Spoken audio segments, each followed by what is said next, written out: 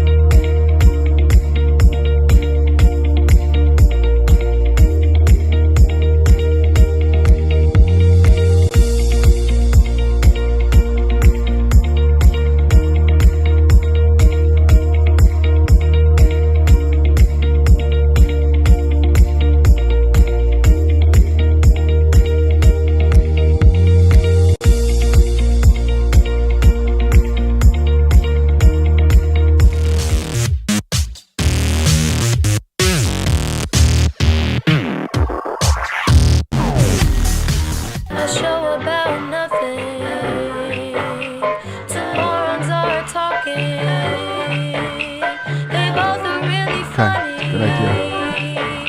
They just go with the flow. It's the Herschy and Keegs Show. Welcome to Herschy and the Keegs Show, starring pitcher Mark Hirschman and his personal catcher, Mike Keegan. Every Tuesday night at 9 p.m. live from the Governor's Comedy Club radio studio. Thanks so much for listening. Well, hello, ladies and gentlemen. Oh, my God, we are here. Hey, baby. Hey, baby. It is Tuesday night, 9 p.m. I think that means that it's the Herschy and the Keegs Show. It's the Herschy and the Keegs Show, baby. I'm still a part of the show. You are part of the show. Still part of the show. We weren't sure. We weren't sure. But we're happy to have you back. I am back. We're happy. We have a good time tonight. We have a great guest coming in. Great guest tonight. Mark is recovering from major surgery. Right, we'll talk about that later. Yeah, absolutely. We didn't think you were going to make it here. You were on death's door, I think. Close, yes, exactly. But we're all here. We're all here. Tony's here. Most of them. Yeah, absolutely. So we're gonna we see that we have our guest right there on cue. So we're gonna go, and we're not gonna waste her time because we know her time is precious. It is with the great amount of honor that the Herschy and Keegs Show welcomes Karen Garigian to the show tonight. Hi, Karen. How are you? I'm great. How are you? So we've never met before. I am Hershey, Mark Hirschman. I'm here with my podcast partner, Mike Keegan, the Keegs. Hello, Karen. I'm great now that you're here. Thank you. And our producer, Tony Walker. And listen, there's so much to talk about. Obviously, having a guest of your esteem on the show, the 2022 Massachusetts Sports Writer of the Year, started with the Boston Herald in 1984, switched to Mass Live, I believe, in 2023, covered Super Bowls and World Series and Olympics.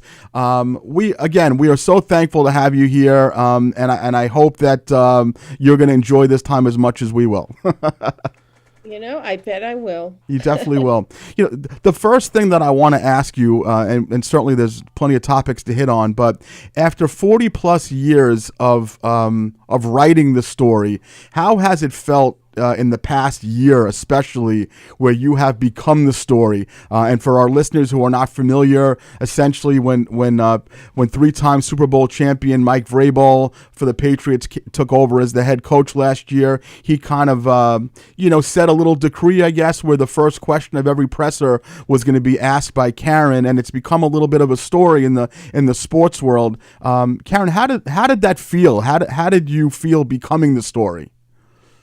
To be honest, a little awkward at first. I prefer writing about the stories and creating stories as opposed to being the story. Right. But it's had such a positive impact. I mean, the feedback I get is both women and men love the fact that happens, and that Mike is being respectful of many. I'm like symbolic of women who have been in the business a long time and have, it's obvious. When I started, it was obviously a all male dominated business. Sure. And the sports are all male pretty much that I've covered, and he has an understanding of the toughness of the journey for a woman covering sports. His wife was an athlete, so maybe he gets some of that from her, but I think it's a very nice gesture on his part, and I think it's appreciated by many. Karen, what Coach Vrabel has shown you when he took over the position going on a year plus ago, is it consistent with what you knew of him as a player covering him for all those years? Yeah, I would say so. And also, I had interactions and covered him as a coach in Tennessee, the times the Patriots went there. They had joint practices out there in Nashville and Tennessee as well.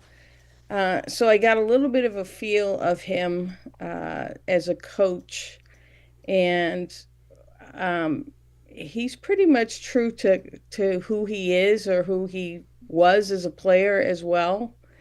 But I think what he is resonates very well with today's athlete.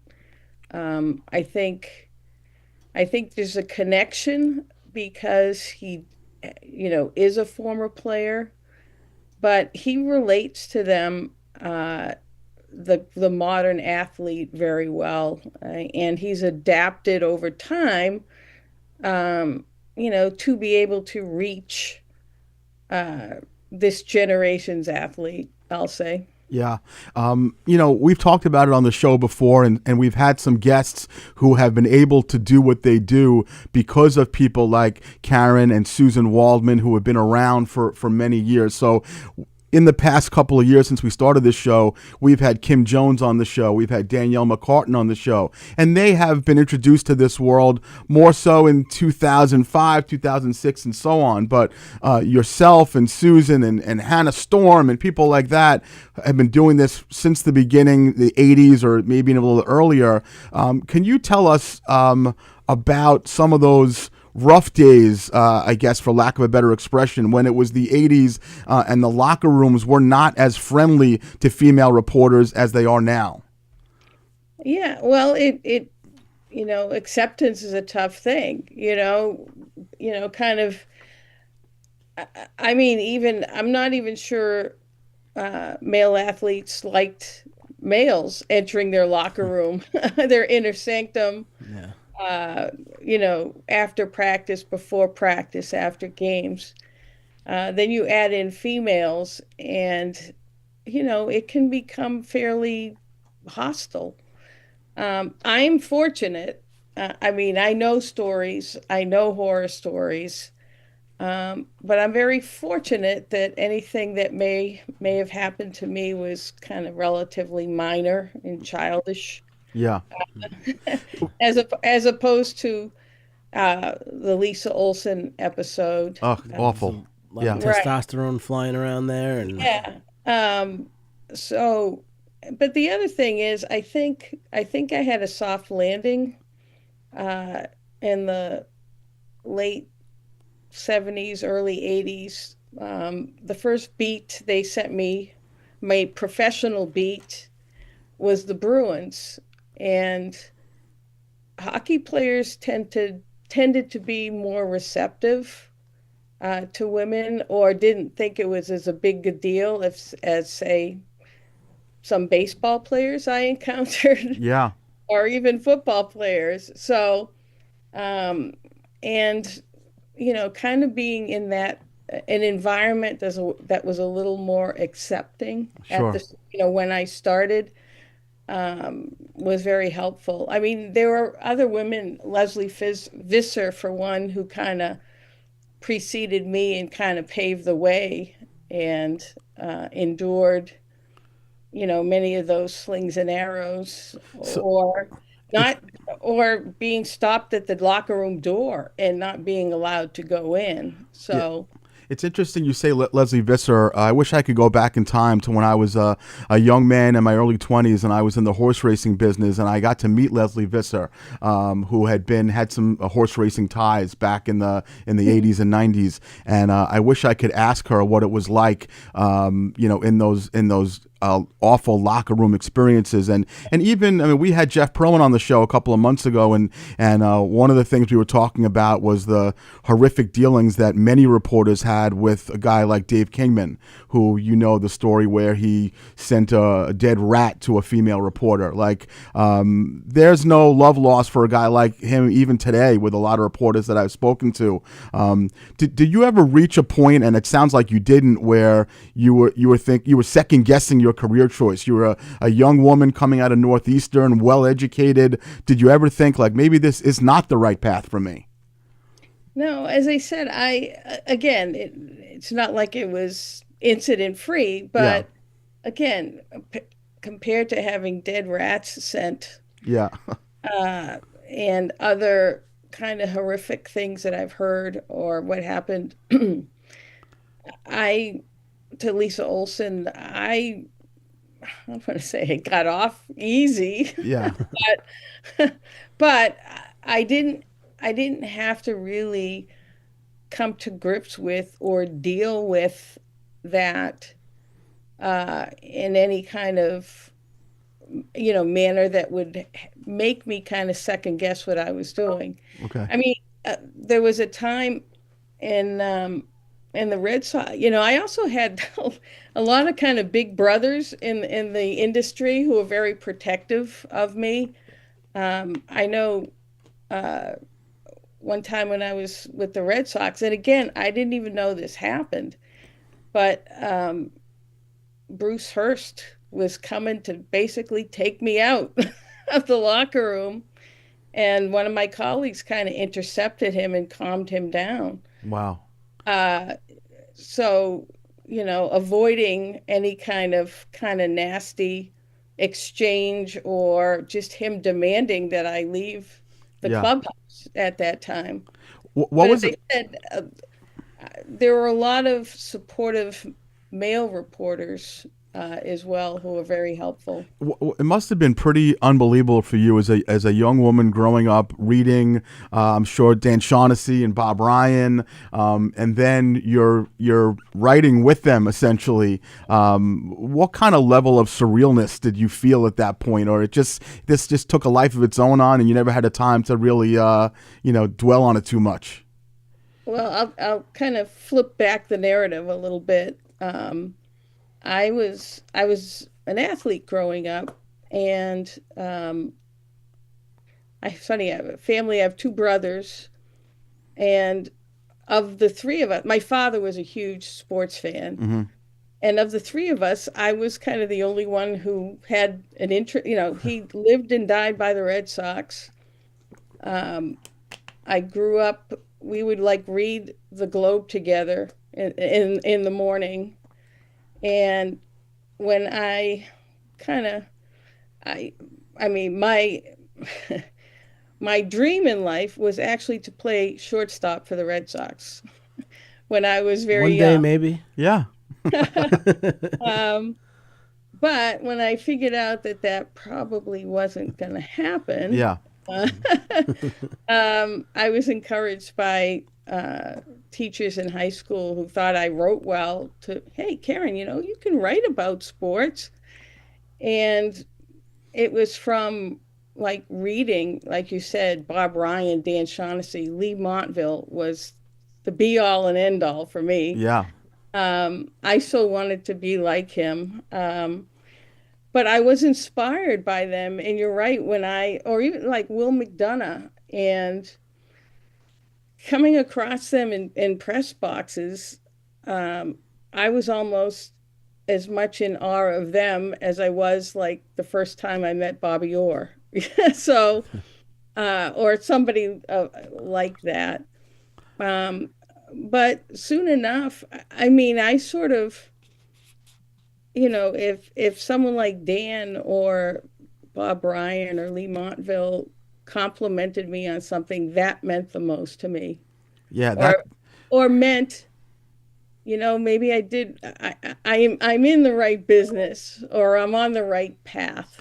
So that kind of it kind of calmed you down, and I'm sure the first time that you met Bobby Orr, John Havlicek, Carl Yastrzemski, who I'm sure you've met many times, all of them. Ed Williams. I mean, It was so like, the splendid Splinter you met obviously later on in his life, although actually when you started, he was still probably in his 60s at that point. Did you have, there had to be some level of shock for you, I would assume. But it sounds like you pretty much handled it pretty well.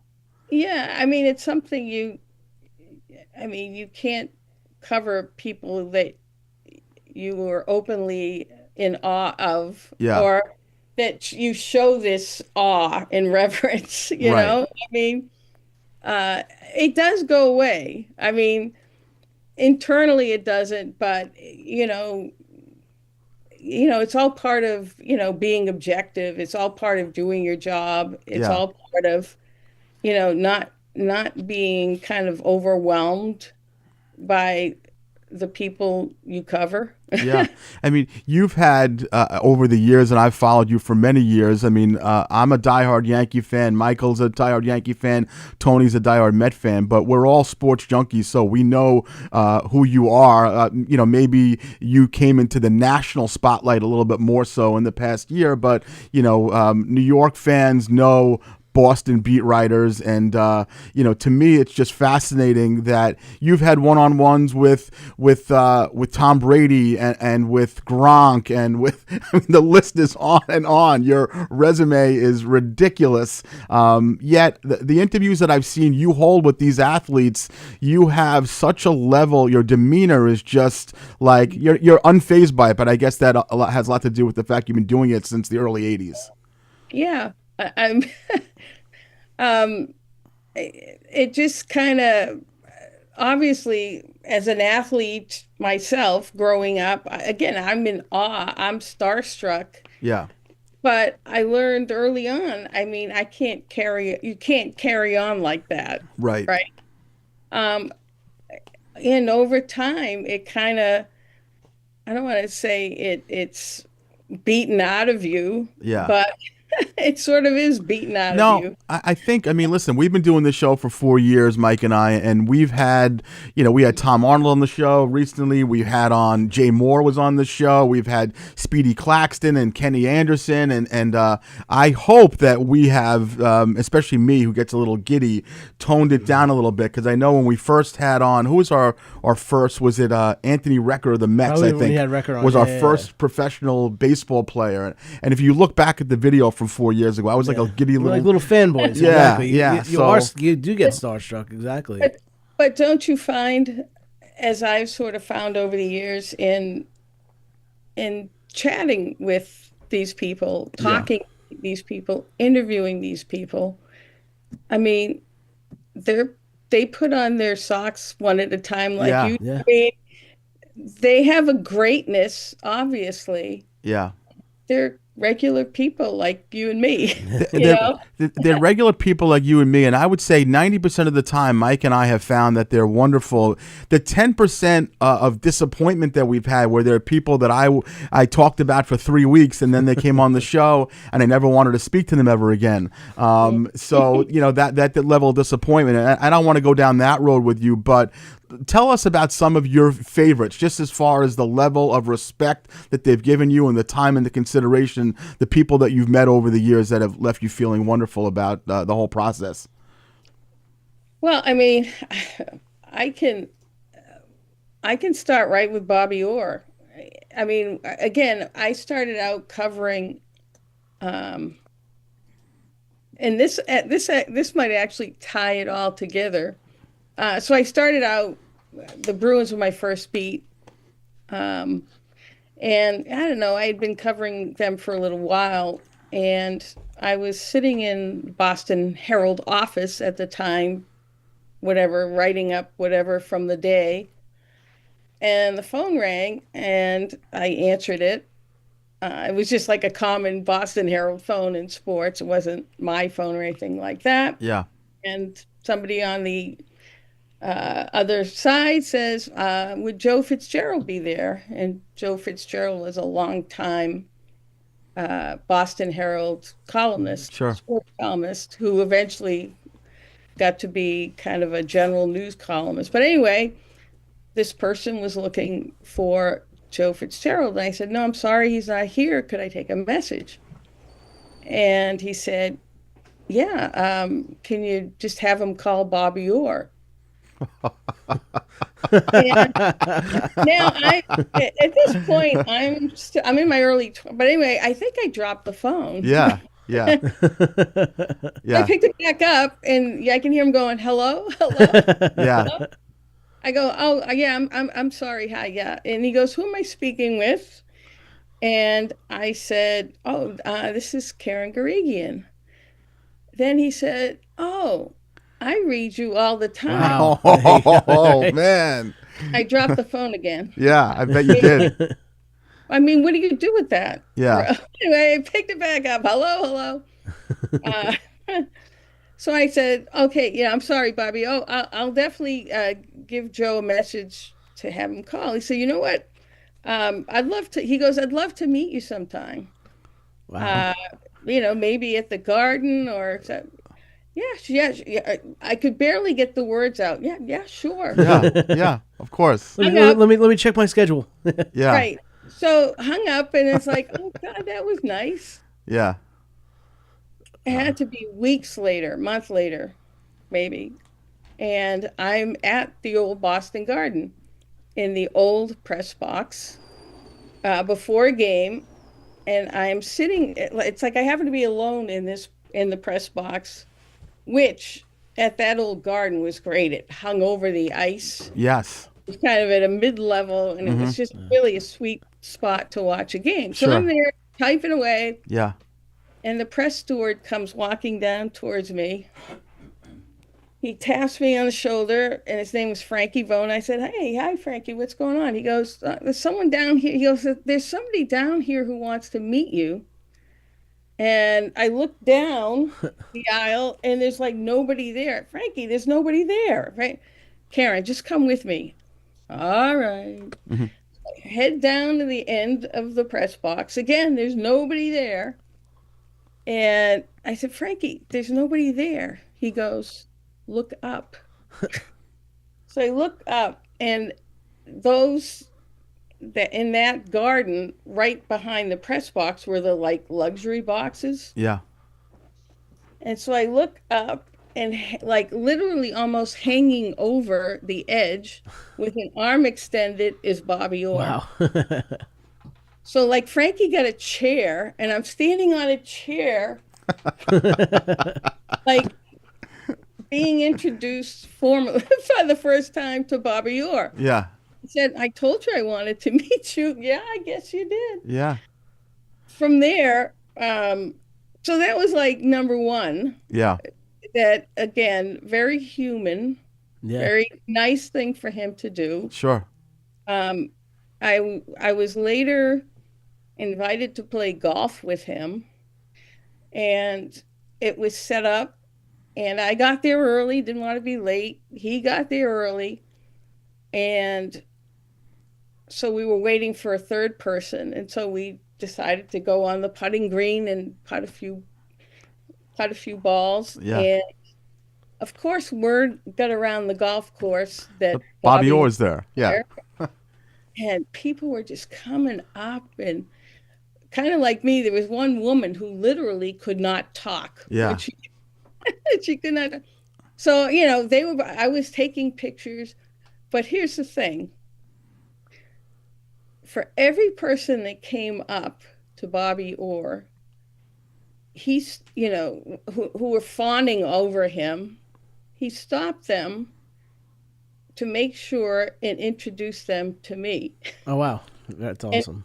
And to kind of make sure that they knew I was kind of somebody. Yeah. Yeah. It was kind of from that experience kind of, you know, if anyone deserved to have like an air about him, it would be the greatest hockey player of all time. Yeah.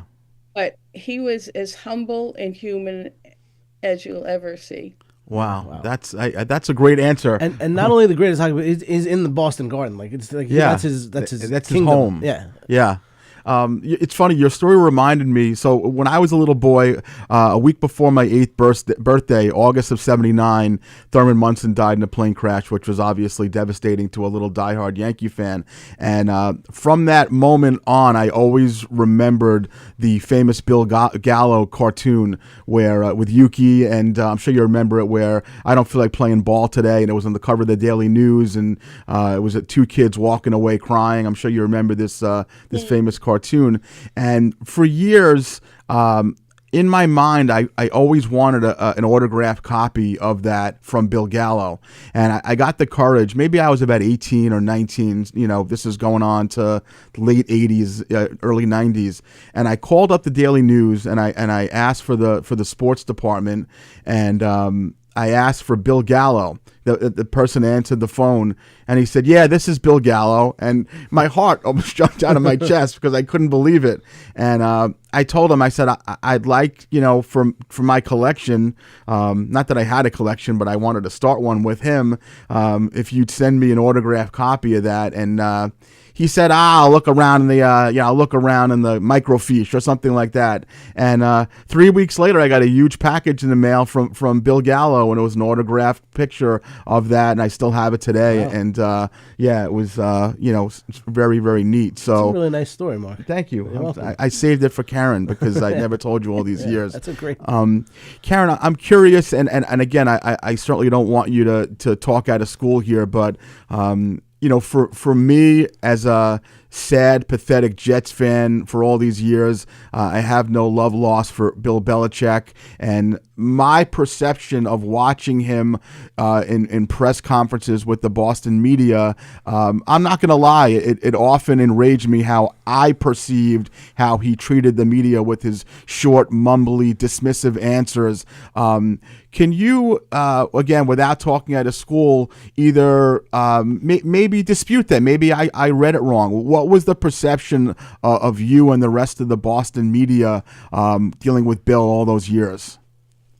In the press conference setting, he was definitely tough. Okay. Okay. There were days of the week where he was better. Mm-hmm. or but that was mostly when the press media crowd thinned out, usually toward the end of the week. If he was really good talking about anything other than his football team. Okay.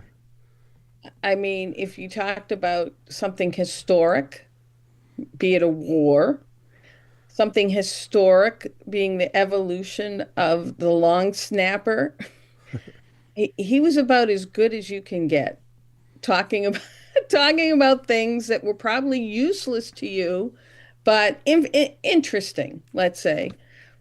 But if it had to do with anything to do with any of his players, the offense, anything like that, he was very kind of abrupt and dismissive. Now, but so these history conversations or talking about the weather or politics were all off camera. So did you find that your dealings with him off camera, where the press, was not covering this, there was no video of it, generally speaking, a pleasant guy to deal with for the most part? Pleasant isn't the word I would use. Okay. Okay. But better. Better. Okay. It was, Okay. you kind of weren't fearing to get, some grunt or sound or Yeah. being dismissed Yeah. or chastised for the question or, have him snort at you. So it's fair to say, no disrespect to Coach Belichick, who's a legend, no matter how you slice it, that the tone around the press conferences in the locker room with Coach Vrabel, and I'm sure even with Gerard Mayo, has been different. Oh, yeah, night and day, Yeah. I would say. Okay. That's fair. But, there's some of us who took Belichick kind of to be a challenge Yeah. and or tried to make it funner that way. Yeah. And by that what I mean is, I would sit up all night trying to think of a good way to ask a question that would get him to not snort Snort. or just be dismissive, Yeah. And it's almost like, if he answered the question or answered it in a good way, you felt good about that. Right. Yeah.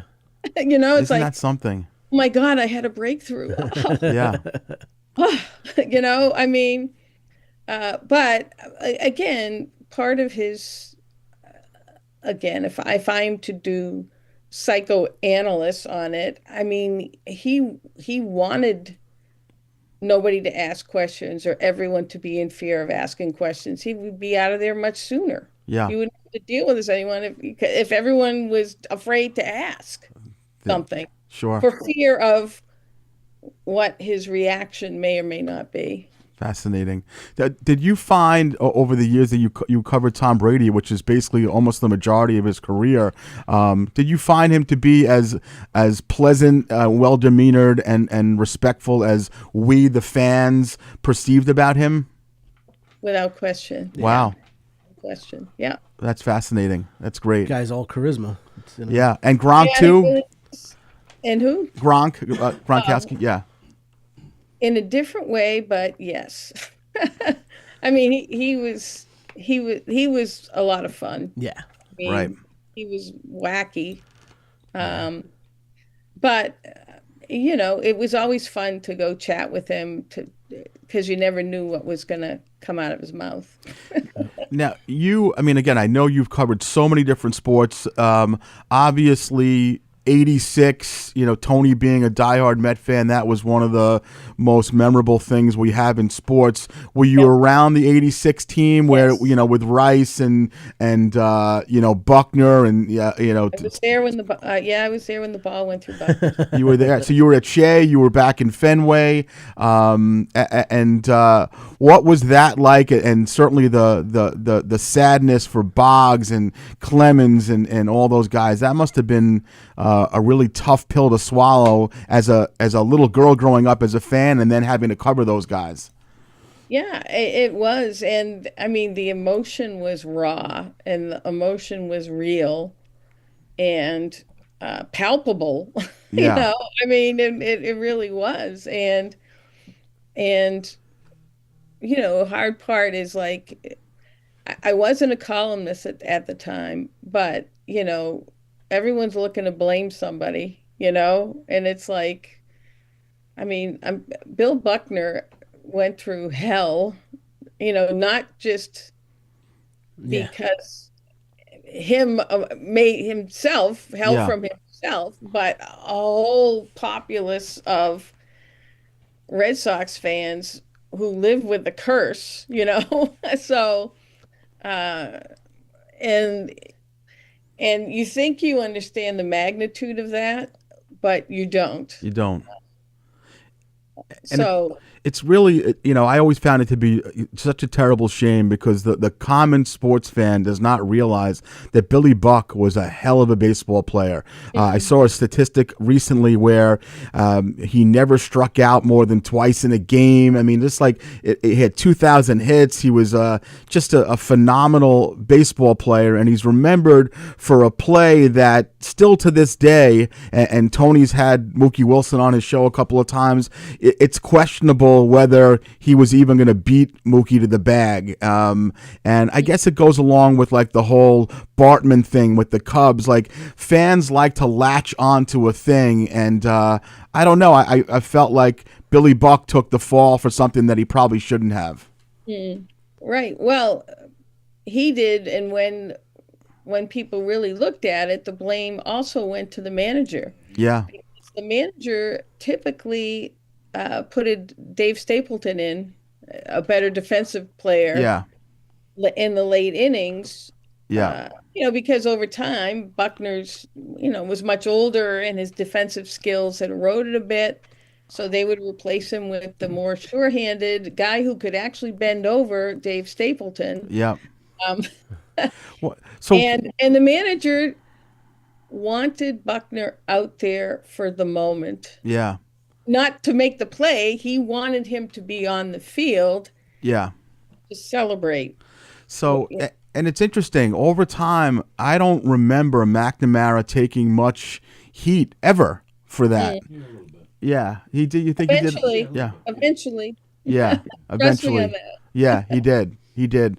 Karen, one of the things, and you're one of the few people who can talk about this, and it's a little bit of a kind of offbeat topic, but for me as a sports fan since the late 70s, I've always been fascinated by great athletes whose careers were ended short due to injury. And we know that Koufax is arguably the greatest pitcher that we ever saw, but his career ended due to arm injuries when he was 30. And you had Bill Walton, and you had Eric Lindros, he was 33, I think, or 34. Bo Jackson with his hip.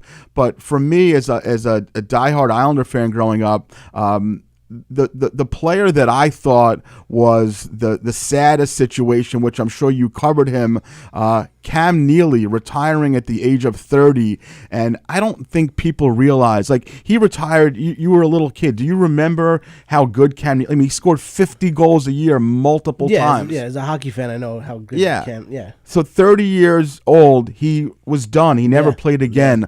I always feel that Cam Neely's name gets a little bit shortchanged. Can you touch a little bit on Cam Neely for me? Yeah, I know. I thought Harry Sinden back in the day was a really good talent evaluator, and Great GM, yeah. he, in watching Cam out in Vancouver, again, he envisioned him playing in a smaller rink in the Garden, and I mean the Bruins had the big bad reputation, and I think Harry envisioned him being this power forward who could also score. He could throw people through the wall, but also deke a goalie out of his skates. Yeah. So he sent Barry Peterson, one of an all-time great Bruin, in that trade. And sure enough, I mean, I don't think the people in Vancouver saw what Harry saw, obviously. Right. And Neely's career was just energized coming here. The environment, the fans on top of the rink, the smaller building, it was made for him, it was built for him, and yes, his abilities really came to the forefront playing with the Bruins, and fans adored him. The blue collar Bruin fans adored him. Yeah. He loved being here, but then Alf Samuelson messed with him one night and left him with one injury that led to another injury, and I'm pretty sure it was the patella His tendon. knees, yeah. Yeah. Yeah. And I went, God, you know, he was in this contraption. I mean, I saw him work and work and work to come back to play, and work and work and work to come back to play. And I mean, again, he loved the sport. He grew up in Canada. It was his thing. And to have it taken away so soon was really gut-wrenching for him. And to finish at 30 years old, I believe he had about 800 points. He had 50 goals multiple times. He had 50 goals in like 50 games playing on one leg. One leg. Yeah, and when he came back, his last season, he didn't play the full season, and he scored 20 some odd goals, but he was shot. Like, you knew that he was in real. I mean, from what we saw, you obviously saw it even closer, but you could tell he was a shell of what he was, and he was still a sniper. He still could do what he did best, which is put the puck in the net like a bossy. Like he was a killer. Yeah, he was again the perfect Bruin. Yeah. I mean, historically, the Bruins, other great Bruin players suffered similar. Bobby Orr, Yeah. his knees. If there was arthroscopic surgery or ACL repairs in his day, maybe, but it wasn't the same. Fixing knee problems wasn't the same as it was in his day as it is now. Right. But anyway, Bruins fans suffered watching him, diminish, with no knees, basically. It Right. happened to Gord Kluzak, one of their topics. It happened to Neely. So, that pattern for the fandom was tough, but obviously for the players, even tougher. Yeah.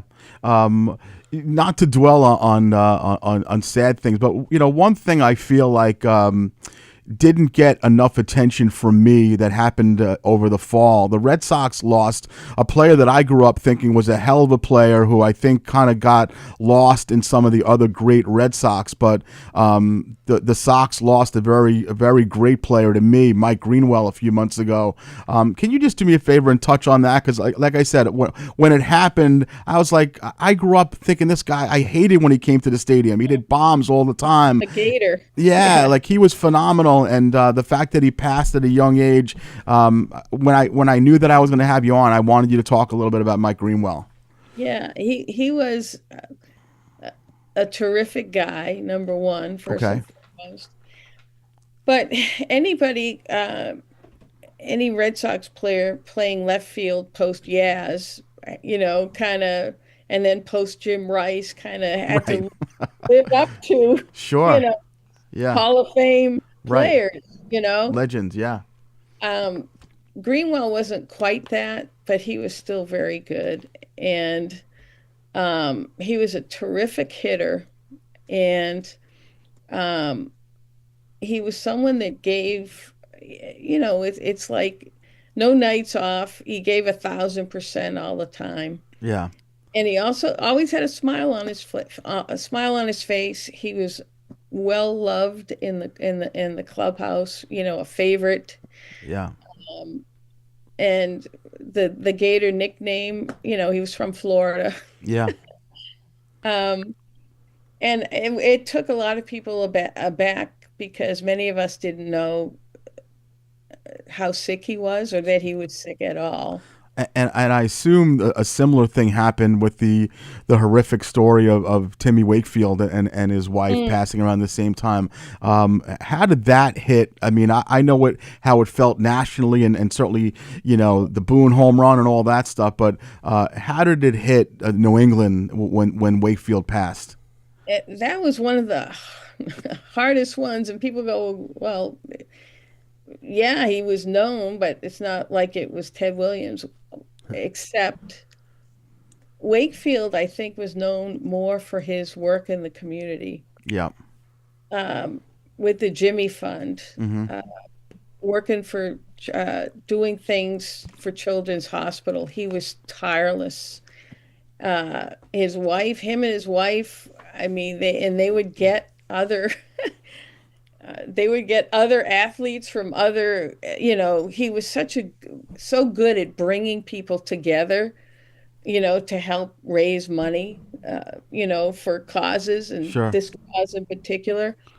I know, I had a sit down with Mike Vrabel not long after he was hired again here. And Tim Wakefield's name came up, and I had no idea that like Tim Wakefield was one of his best friends. Wow. Yeah, wow. And that they met through, again, charitable work. Yeah. And, Mike loved what he stood for. And as I said, Tim Wakefield's reach went well beyond his knuckleball. Wow. And well beyond kind of being almost like a tragic figure. Yeah. In that game against the Yankees in 2003. Yeah. I remember that well. And again, a lot of players, they leave baseball and they move on, and you never hear from them again. Yeah. But Tim Wakefield, as I said, was a constant presence. Yeah. In the community. And his outreach went beyond the baseball field. Well, a lot of non-baseball fans knew him and mourned him when he passed away. Well, that's really beautiful to hear, and just to put a bow on your time with us today, and we do appreciate the time that you've given us. In doing preparation for this interview, I found a lot of nice things that were said about you, but I think the one that really hit me the most, and I'm curious before we let you go, how you feel about it. Everyone trusts Karen Guregian, legendary New England Patriot linebacker Teddy Bruschi. I don't know, man. That about says it all, Karen. What do you feel about that line? You strike me as such a humble person, but when you hear a Teddy Bruschi say something like that, how do you feel? Well, obviously that kind of makes me feel good. Yeah. Because when you're a reporter trying to get information, having somebody trust you, yeah, is the biggest compliment. Sure, sure, you're doing something right. Yeah. But going back again, I keep going back to my hockey days. Sure. And there was a player named Ken Linsman. I don't know if you're familiar with him. Absolutely, sure. Yeah. The Rat. Mm-hmm. And again, the Bruins were the first team I covered. And again, I am trying to break in a male-dominated field. I'm trying to get players to trust me, to talk to me, not dismiss me for not knowing what the heck I'm doing, And Ken Linsman had a reputation that wasn't very good with reporters, because he was kind of the Belichick in the locker room, sure, I guess. But for some reason, he would talk to me, or I didn't have the issues that other people have, and sure, I saw him being dismissive. I mean, I would see him not treat others very well. sure. But that didn't stop me. I've never stopped for someone who has a bad reputation. It's like, you have to see how they treat you, right? Yeah. So one day, I was on a talk show with Stan Fischler. Mm-hmm.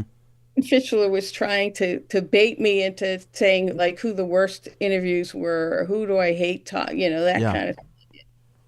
And I wasn't biting until he said, well, I've heard some really bad things about Ken Ken Lynch. Linsman. Yeah. And, doesn't he treat you like dirt, blah, blah, blah. And I said, as a matter of fact, he doesn't. I told him Ken Linsman was one of my favorites to talk to, and he was like stunned. So I went to Ken Linsman a few days later. I said, no, I need to ask you something that's not a hockey question. And he says, yeah, what is it? Why do you talk to me? Or why do you Treat me with the respect that you don't treat with everyone else with. yeah, Yeah. why do you treat me better than everybody else? Like, And he looked at me and he said, because you're fair. He said, Wow. criticize us when we deserve it. You praise us when we deserve it.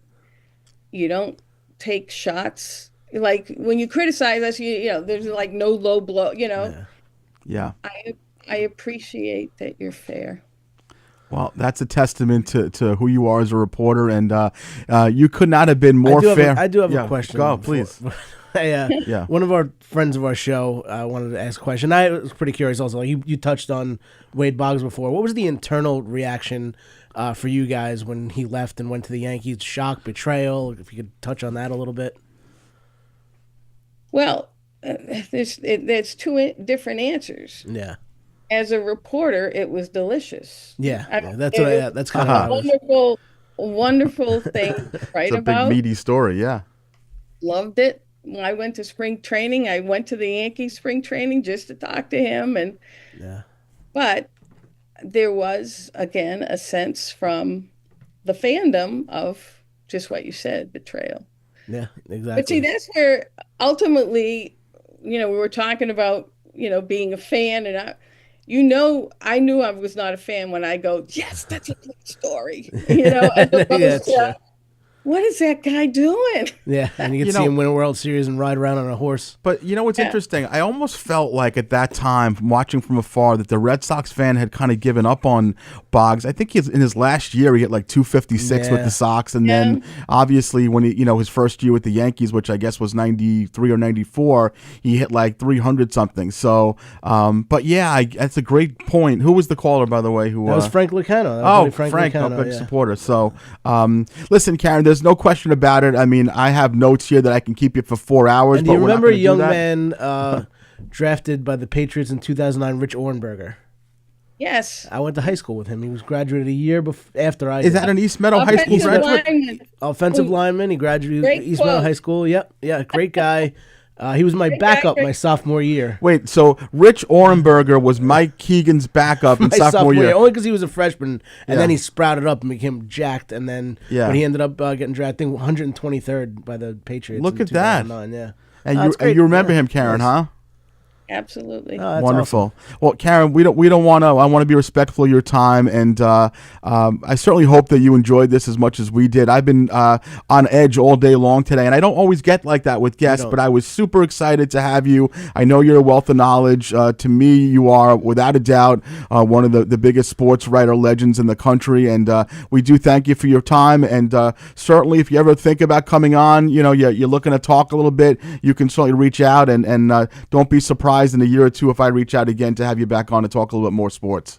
I'd love to come back on. That's wonderful. I enjoyed it. Thank you. Wonderful, Thank you so much, Karen. Thank you. Have a good baseball season. Are you going to spring training, or you're not? Well, I'm in the middle of football free agency next week. Okay. Then I head to Arizona for league meetings with the NFL, and then the draft. So right now I'm all Patriots all the time. Okay. Right. Well, you enjoy that, and thanks again, and thanks for your time, and we'll talk to you down the road, Karen. Thank you. Thanks, guys. All right. Be well. Take care. Bye now. That was kind of in my mind what I was expecting as far as how that interview to go. Yeah. That's how it went, because I've watched other interviews with her, and she's just very down to earth, and for sports junkies like the three of us, someone who has stories that can go on for literally days, right? Stories that you don't hear. Yeah, absolutely. And, I'm glad that she touched on the Greenwell thing and Wakefield. All right, Tony. You know what we're gonna do? You guys can take a break, take your shoes off, relax. I'm gonna run through all the ads. Okay, that's all right, Tone. The Hershey and the Keegs show is proudly sponsored by Sophia Jewelry at 134 Gardners Avenue, right here in Levittown, specializing in diamonds and vintage jewelry. Go see Omid for all of your buying and selling of jewelry, and mention Hershey and the Keegs for a free appraisal. We have Dr. Kimberly O'Connor over at Platinum Chiropractic. She is fully dedicated to providing chiropractic solutions to address your unique needs, whether you're looking to get a cure for your back pain or neck pain or headaches or muscle tightness. Call Dr. Kimberly O'Connor at 516-935-3555. We have Anthony Banfich's New View Construction, established in 2007. They are the fine folks to call for the craftsmanship that you need. General contracting, 516-924-5627. Do this with confidence. Eric Haft, Sunray Services. Now is the best time to convert to hybrid heating and cooling. Call Eric today at 631-231-5533 and visit them online at www.sunrayservices.com. North Belmore Collision, Ami, our boy, at 2734 North Jerusalem Road.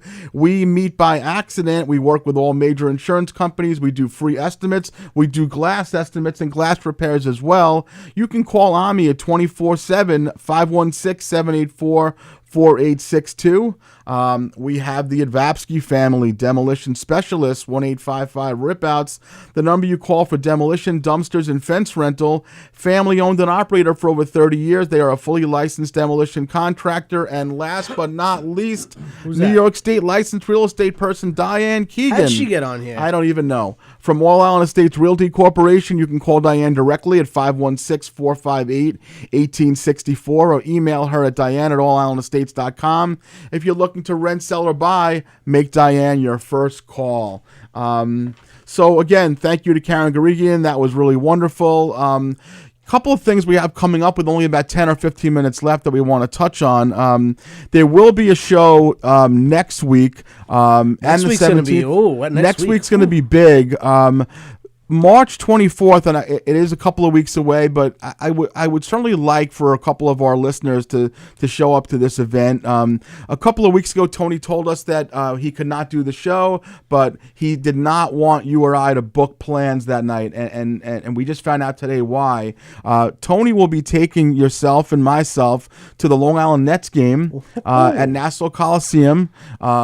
Tony will be representing, along with his group, the PAL. Go ahead and talk about it, Tone. We'll have you plug the event, and people can go ahead and buy tickets for the event as well. It's the Nassau County PAL Special Needs Unit. The Nassau County Special Needs PAL unit. We're the only PAL with a special needs unit in the whole country.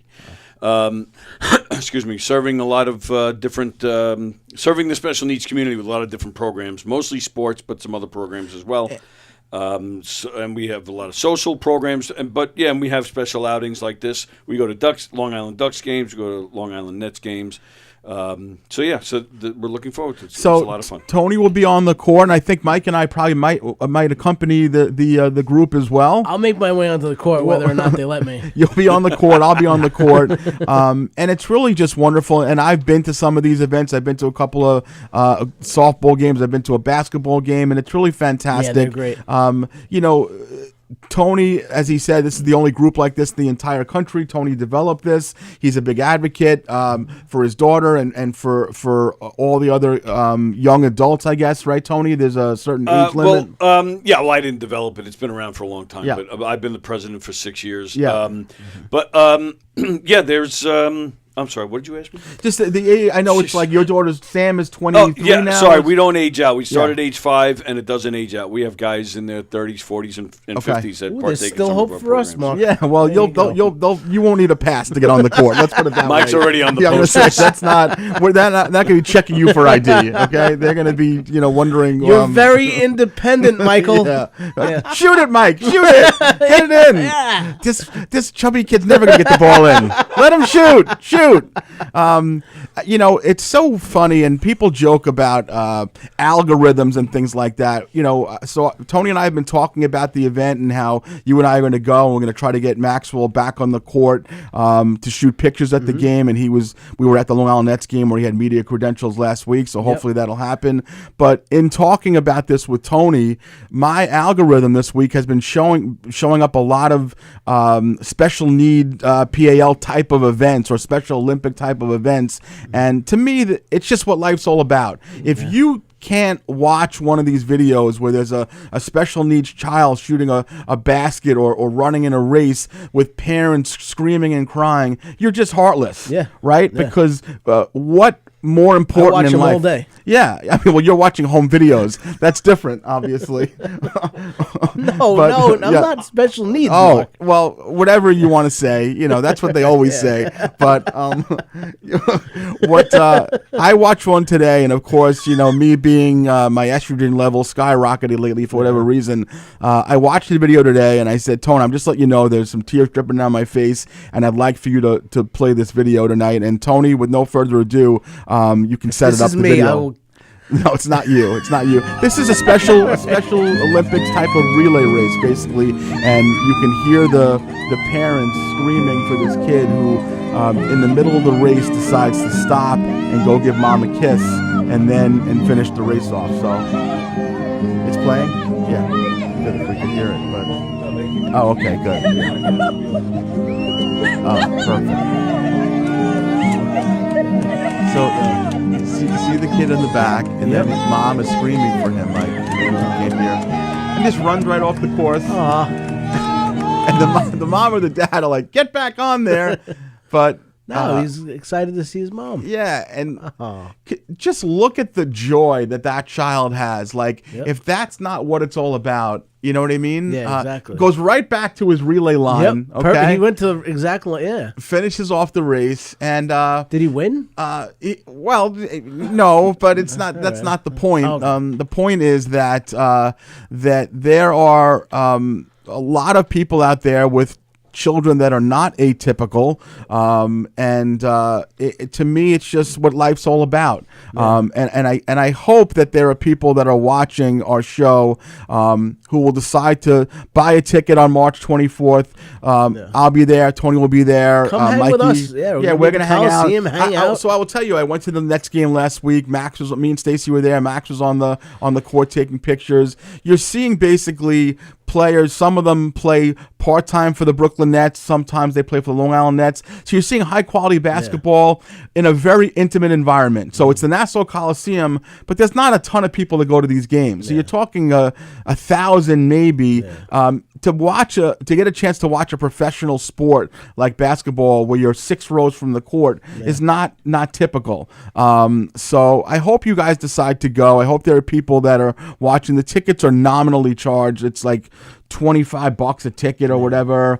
They have one concession stand open, and it's just cool. It's a nice night, and we're super excited to go. And I hope that some of you guys who are watching will decide to bring come your say hi family. to us. We'll do a meet and greet, maybe. Yeah. Well, you always say that. Like, people don't care. All right. Well, everywhere we go, Mike, we'll do a meet and greet. Like they want to meet us. Greet us. Yeah.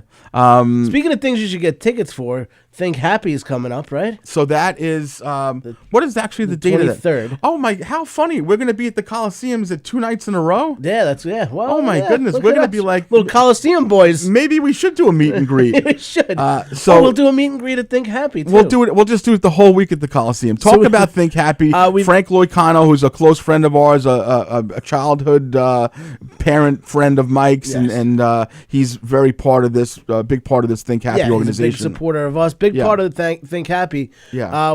We've spoken about it on the show. You're probably familiar with it. It's about children who are grieving the loss of a parent or a sibling recently, and they just do great things for these kids. They give them a Christmas. They give them an Easter. They give them presents. They buy them an iPad. And they'll just show up to their house with a PlayStation or something like that. And these are kids that are grieving, that are going to have to live with this for the rest of their lives. Yeah. And it's just a great event. It's an open bar, great food at Nassau Coliseum, celebrity guest. Yeah. We've had Doc Gooden there, Bob Nystrom. Chinese auction, bar, top shelf they're food. Auctioning off a real Chinese guy. Last year, let's just go ahead and cover the guest list that was there, that you and I got to speak to every one of these people at length. Bobby Nystrom, Dwight Gooden, Jiggs McDonald, Benoit Hogue. Benoit Hogue was there. And again, you just go up to them and you just bullshit with them. Like you're just at their table talking. Yeah, exactly. Certainly my favorite part of the night was was during one of the auctions, and Dwight Gooden is up there with Jiggs McDonald. Now you're talking about two of the biggest sports figures that we've seen in our lifetime in New York. So Jiggs has been around the Islanders for 40-something years. Dwight Gooden probably is the biggest. Like, I mean, you'd have to say like Mattingly, Lawrence Taylor, Patrick Ewing, Aaron Judge, but Dwight Gooden. But if you're talking about pitchers, it's Dwight Gooden. But I'm just saying, and Tony, you could agree or disagree, but there was only one of these players that had a full billboard on the side of a building in the mid 80s,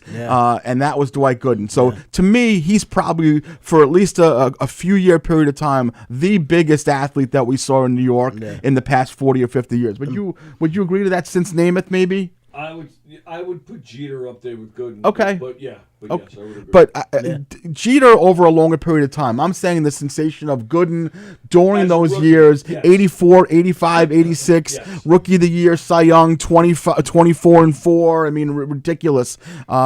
So we were just hanging with Gooden. So anyway, I'm sitting there with Vinny and Frank, and Gooden and Jiggs are off auctioning a Gooden jersey, and it's up to like 800, 1,000. And I look behind Jiggs and Gooden, and Keegan is just standing behind them like he's looking to get a drink, like a Mai Tai at the bar. It wasn't even a drink. No, the guy was making balloon animals. Oh, he wanted a balloon animal for Juliana. I wanted a balloon animal. For Jules. And I'm just waiting for this guy to make me a balloon animal. Yeah. And standing behind two New York legends. Yeah. He's sitting there with a balloon kangaroo sitting behind Gooden and Jiggs McDonald as Bobby Nystrom and Benoit Hogue sit there. Yeah, exactly. Yeah. I just wanted that balloon. It was the balloony maniac guy, whatever. Yeah. What's his name? The balloonimal? Balloonaholic or something loony. Yeah. But the big balloon guy. It's a great event. I think Mikey either won something or did you buy something for Juliana? I won at the silent auction. Oh, silent auction, like a jewelry piece. Yeah, I won jewelry, something for my mom also. So last year it was at the Jericho Terrace, if I remember correctly. Yeah. This year they wanted to have it at the Coliseum in, I guess, a party room. I'm not exactly sure what it's going to be, but I imagine Center Ice. I think. We're going to be on center ice. I imagine it's going to be just chock full of celebrities. And again, forget about that for a second and forget about the booze and the food and the balloon animals. What we need to focus on now is that your money is going towards these children who have lost a sibling or a parent, and the money could not go to a better cause. Exactly. Me and Mikey will be there. I think Rosie's going to be there as well, and Vinny Capozzi and Frank Loicano. So I hope that some of you guys listen and purchase a ticket. It's not cheap; it's $175. But the truth is this: you feel good about yourself. You're doing something nice for some kids that need it. You can easily go out to Ruth's Chris tomorrow night and spend $175 without even blinking. Yeah. And this is a much better time than that, and you're going to leave feeling really great about yourself. Mm-hmm. And we feel great about ourselves from this show. It's been a great episode tonight. We're a few minutes over, which is I never like to keep Tony late. So before we go, Mikey, what do you want to talk? Anything out of town coming up? Saturday night, I will be at Crystal Springs Resort in Hamburg, New Jersey. That should back be at a lot Crystal of fun. Springs, Back at Crystal Springs. A musician act maybe or something? There's Elise and Phil Gerlando are going to be doing music. Romero, who's used to be Fleetwood Mac's musical director, he's going to be there. Amazing. It'll be the three of us at the Cabaret Theater there. Good. I got some shows this week. Go on my Facebook. I got them all promoted. Sure. And April 25th right here in the Giggle Room is the next Mike Keegan and Friends. Wonderful. March 25th, me and my buddy Jeff Schaefer are doing the Long Island Dads Club. It's going to be Amazing. a show at McGuire's in Bohemia. Zach Amico is going to be headlining. Oh, Zach's a and killer. Joanna Angel, are you familiar with her, Mark? Yeah, of course. Adult film star Joanna Angel is going to be on the show as well. Dude, that's terrific. Yeah, so that'll be you're fun. making it, man. We're doing it. We're Good hanging out for with you. Porn stars and Yeah, scumbags. So there you awesome. go. Very good. And speaking of scumbags, no, I'm kidding. What's going on with Tony Walker and Knock 'em Dead Comedy? I know you've had some stuff going on. What do you have coming up, pal? March 21st, we're at the Birchwood Glen in Holtzville doing an 80s themed murder mystery show, interactive, comedic. It's a lot of fun. Wow, fantastic. Okay, well, thank you guys for listening, and you know the deal. You follow, you like, you share. Mikey will be cutting this stuff up on Instagram in a couple of days. Big show So- next week. Let's mention Oh, the go show. ahead. I'm Let's promote excited that. about So, next week. so next week, we have. It's kind of an anomaly. We don't do this, but it's just sometimes the way the schedule falls. We have guests who want to come on at a certain time, and I booked Two big a ones. few weeks ago. Multiple New York Jockey of the Year in thoroughbred horse racing business, Dylan Davis, son of legendary jockey Robbie Davis. Dylan's going to be on via Zoom next Tuesday at 9 o'clock. The plan's going to be for Dylan to come on via Zoom for about 20-25 minutes, and then after that, we are going to usher in a in-person guest, and I'll let Mike tell you about who that is. You guys have heard me say it a million times. My favorite band of all time, OAR. Yes. Their keyboard player, Michael Paris, is coming in studio. He's going to play Ridiculous. some music for us. I love it. It's going to be awesome. They're going on their 25-year anniversary tour this year. They're headlining Jones Beach. And you'll be there, And, obviously. I already got my tickets. So Yeah. Michael Paris will be here next week as well. So We'll see if we can finagle. You have your tickets for the Jones Beach show already. I do. Little finagle, little backstage the night with after them. Jones Beach, they're playing SPAC. Oh, So are I'm you gonna try gonna? to go. I think I'm going to go there. Is that also. in August? When is it? September 18th is Jones Beach and the 19th is SPAC. Okay, yeah, that would. If you've not seen a SPAC show, you need Yeah, I to know. because it's amazing. But maybe this little connection that you formed, where he's going to come in studio and hang out with us. He's a Long Beach or Island Park type of Point guy. Lookout, yeah. Point Lookout. So I wasn't sure. The spelling of his name is Mikel. He's Michael yeah, though. Michael Paris. Michael. Okay, so we've never done that before. We've never had a Zoom guest followed up by an in-person Yeah, guest. this is the first time but for everything. we're going to give it a whirl, and we're going to bring you top quality content as much as we can. That's it. Thank you guys for listening and following. We'll see you next week, and we